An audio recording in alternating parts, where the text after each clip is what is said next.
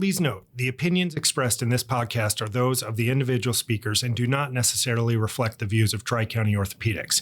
Any medical advice or treatment recommendations discussed should always be reviewed with your own healthcare provider. This podcast is not a substitute for professional medical advice, diagnosis, or treatment. All right, welcome back to the OrthoZone. I'm Dr. Stephen Hunt, one of the orthopedic sports medicine specialists at Tri-County Orthopedics, and I'm here with my colleague and partner, Dr. Andrew Willis, another orthopedic sports medicine and hand specialist here at Tri-County Orthopedics, who is also the head team physician for the New York Jets. So, Dr. Willis, we're now on our third and final segment of this podcast where, the season just ended, hopefully after a long playoff run, maybe winning it all. And many people, football may be out of their minds. They're moving on to hockey. They're moving on to basketball. Maybe they're thinking about baseball, spring training, and whatnot because we're in February. But as I know, in working with you the past 5 years, that's not where it ends for us. And so particularly, it's a pretty busy schedule that still happens in the off season. So the season just ended, and what happens the next day? So the next day, I think I feel like a broken record. It really is a culmination of things that went into getting ready for that next day the weeks before. You sort of know at the end of the season if it's going to be the end of the season, whether they make the playoffs or don't, or if you're in the playoffs and you lose, you have to be prepared for the following day to be exit physical day. And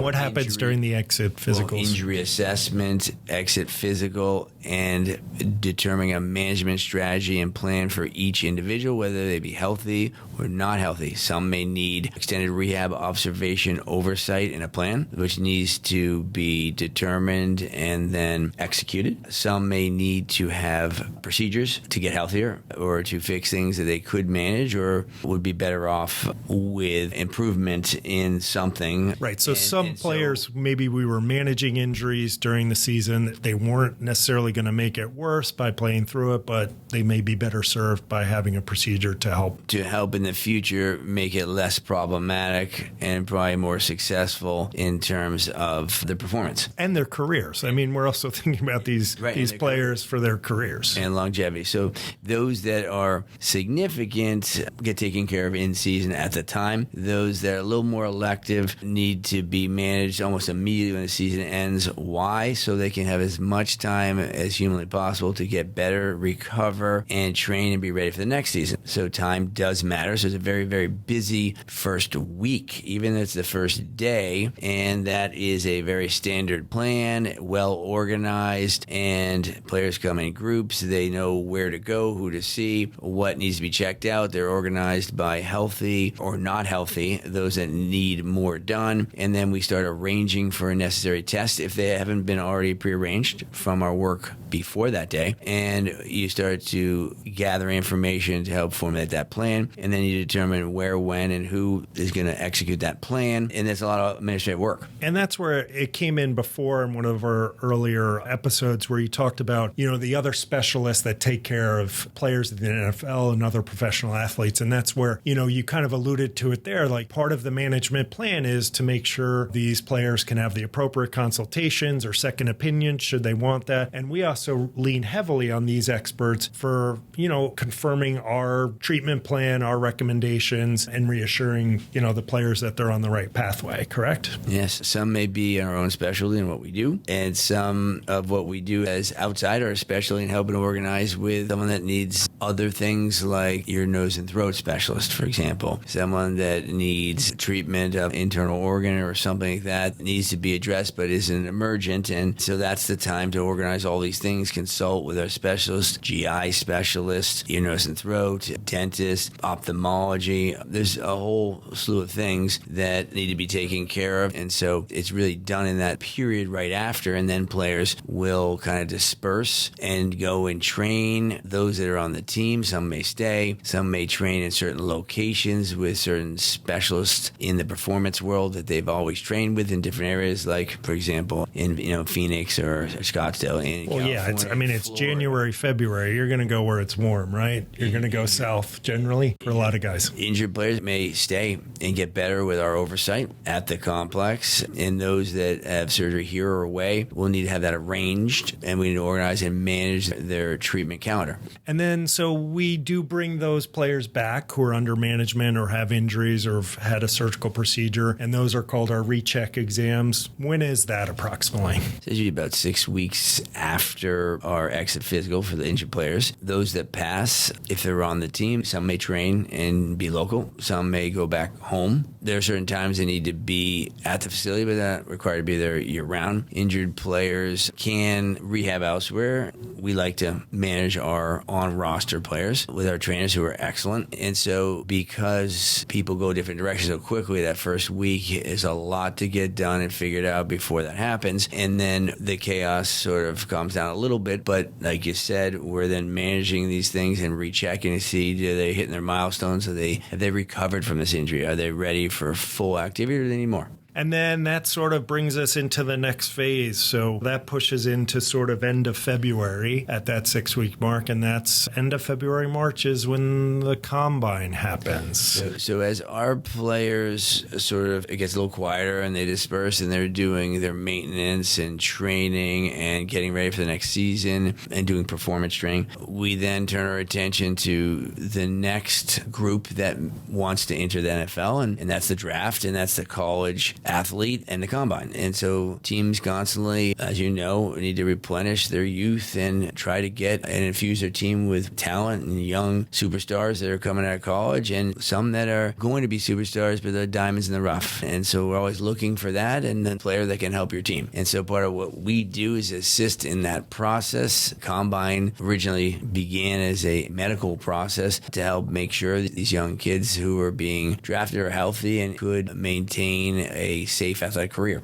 Right. And so our role out there is, my role is as a presenter, and there's 300 players that come through, by position on 4 days. But essentially, we're clearing them to actually participate, both medically and orthopedically. We want to make sure that if this guy's going to run the 40, do the high jump, do the bench press, that they're healthy to do that. And that's part one of the combine. And part two, because you're sitting in a room with the athletic training staff and other teams in that room, and tell me what you guys are doing when you're listening to me present the medical history. We're getting a history of their injury, their health status, and it's a little bit of a job physical. Are you prepared to be able to compete at this level? Are you durable? Can you handle it? Are you going to get injured? Do you have pre-existing conditions that aren't safe?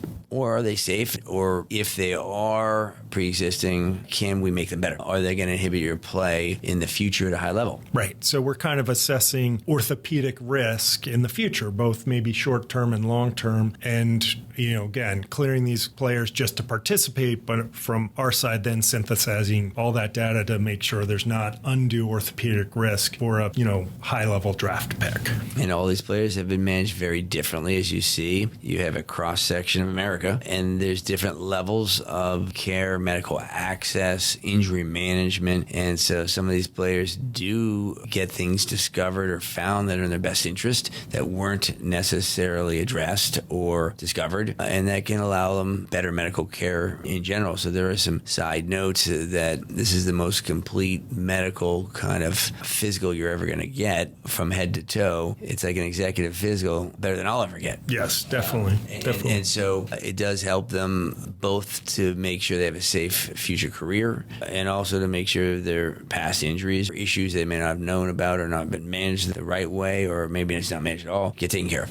Yeah, and I think the other great part about the NFL Combine, selfishly from the orthopedic side, and the medical side has it as well, is that we bring all the specialists, all the team physicians are there. It's a great way for us to interact, bounce cases off each other, interact with some of the specialists who have expertise in hand or spine or hip or foot and ankle. And I found that to be extremely valuable on a personal level just in practicing orthopedic surgery. It's like a boot camp of education. You learn so much from your colleagues, and you don't always always get that opportunity in the office, in your practice setting. It kind of puts everyone together in the same spot, which is a rare thing that can occur. Meetings, yes, but this is a small group that interact very closely and share very specific information about a very specific sport. It's invaluable in terms of your own continuing education and the trickle-down theory of application to your patients at home. I learned a ton. It's the best experience of the year. Yeah, it's great. And the scientific component of this is great. The NFL is constantly doing a lot of studies to improve the health and the safety for their players, and it also helps us better manage injuries. So the combine ends, and then the draft is coming up about 6 or 7 weeks later. So what does that phase look like in the off season for you?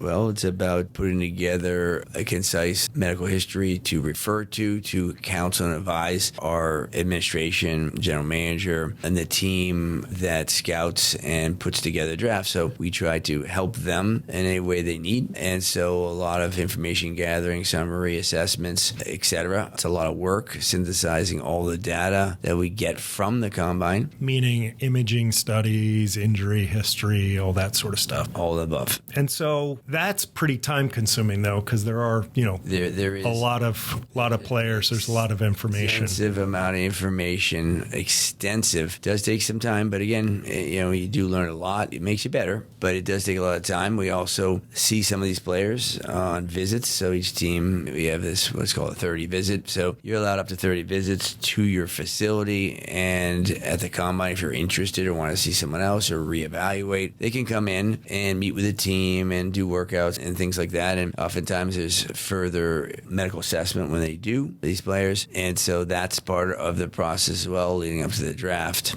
And then speaking of the draft, so where are you when the draft is going on? So we have a draft room. Every team is different, but they have facilities to coordinate all the multiple people that are involved in helping organize and communicate information on all these players. And it's not just, we just talked about the medical, but there's tons of other things that go into this formula, and a lot of meetings and synthesis to get down to a concise assessment of what the players like as a person, what they're like from a medical standpoint, what they're like as a player, how they perform, all that kind of stuff. There's so much more than what we do. And we're there and available in our medical suite attached to the draft suite, and there to advise. Right. So if they have questions about certain medical things that may have come up, they might reach out and ask you a question just to confirm something. Clarification, yeah. And so then the draft happens, and we have a new crop of talent coming in, and they come in and we do physical exams on them. So once draft is over, then there's the mad rush for the free agents. So the people that weren't drafted, there's a little bit of scramble to see who can pick them up. And the draft is an order, and it's a little bit more defined on how things happen. And then I think it's a free-for-all once the draft's over. And so who gets them first, who works out deals. I don't know the specifics, but there's a lot that goes on there. And then whoever we pick up that gets, in addition to who we drafted, then comes in, and we have to make sure that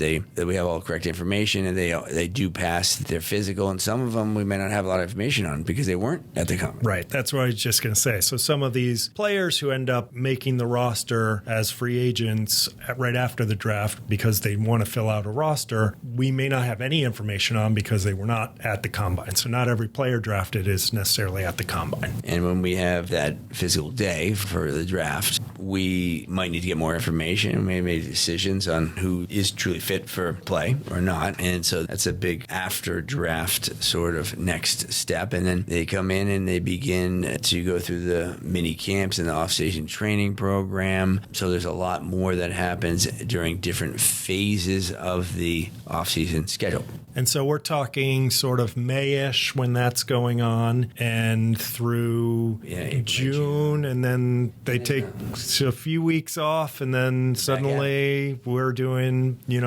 training camp physicals. And so you can see that process keeps going, and all of a sudden you're done with mini camp. At the end of June, it's the 4th of July, and then you're back. Right. And so it really is just a merry-go-round. And I think, I didn't realize that was sort of the whole process before coming on board with you guys. But I think, this was very interesting to our audience to kind of hear what it is like, not just preseason, which everyone's getting psyched up for football, in season. Again, they see you on the field helping the players and managing stuff. And then, as I said, the off season is actually pretty exciting. There's a lot of stuff that goes on behind the scenes. I'll tell you, there's so much. Game day is a cumulative process. It's a culmination of a process that takes the whole year. And if you even start the combine from that to development of the roster to practicing to making it through the mini camps to doing everything so that you're optimal training camp and you're a well-oiled machine, and then there's game day, and all that is the culmination of a lot of work before it. And so that's why it's a year-round process that never stops. When people say, "Oh, a full-time job, you must be relieved that the season's over," I'm like, well, the next season just began. Right. Yeah. Technically, it doesn't begin till after the Super Bowl. So, very good. Well, this was great, and I hope you enjoyed the OrthoZone, talking with Dr. Andrew Willis about the sort of year-long process of being the head orthopedic surgeon for the New York Jets. Please be sure to listen to our next episode. Take care. If you enjoyed today's episode, be sure to subscribe so you never miss an update. Don't forget to share the podcast with others who might find it helpful, and follow us on Facebook and Instagram at Tri-County Orthopedics to stay connected. Thanks again for tuning in, and we'll catch you next time.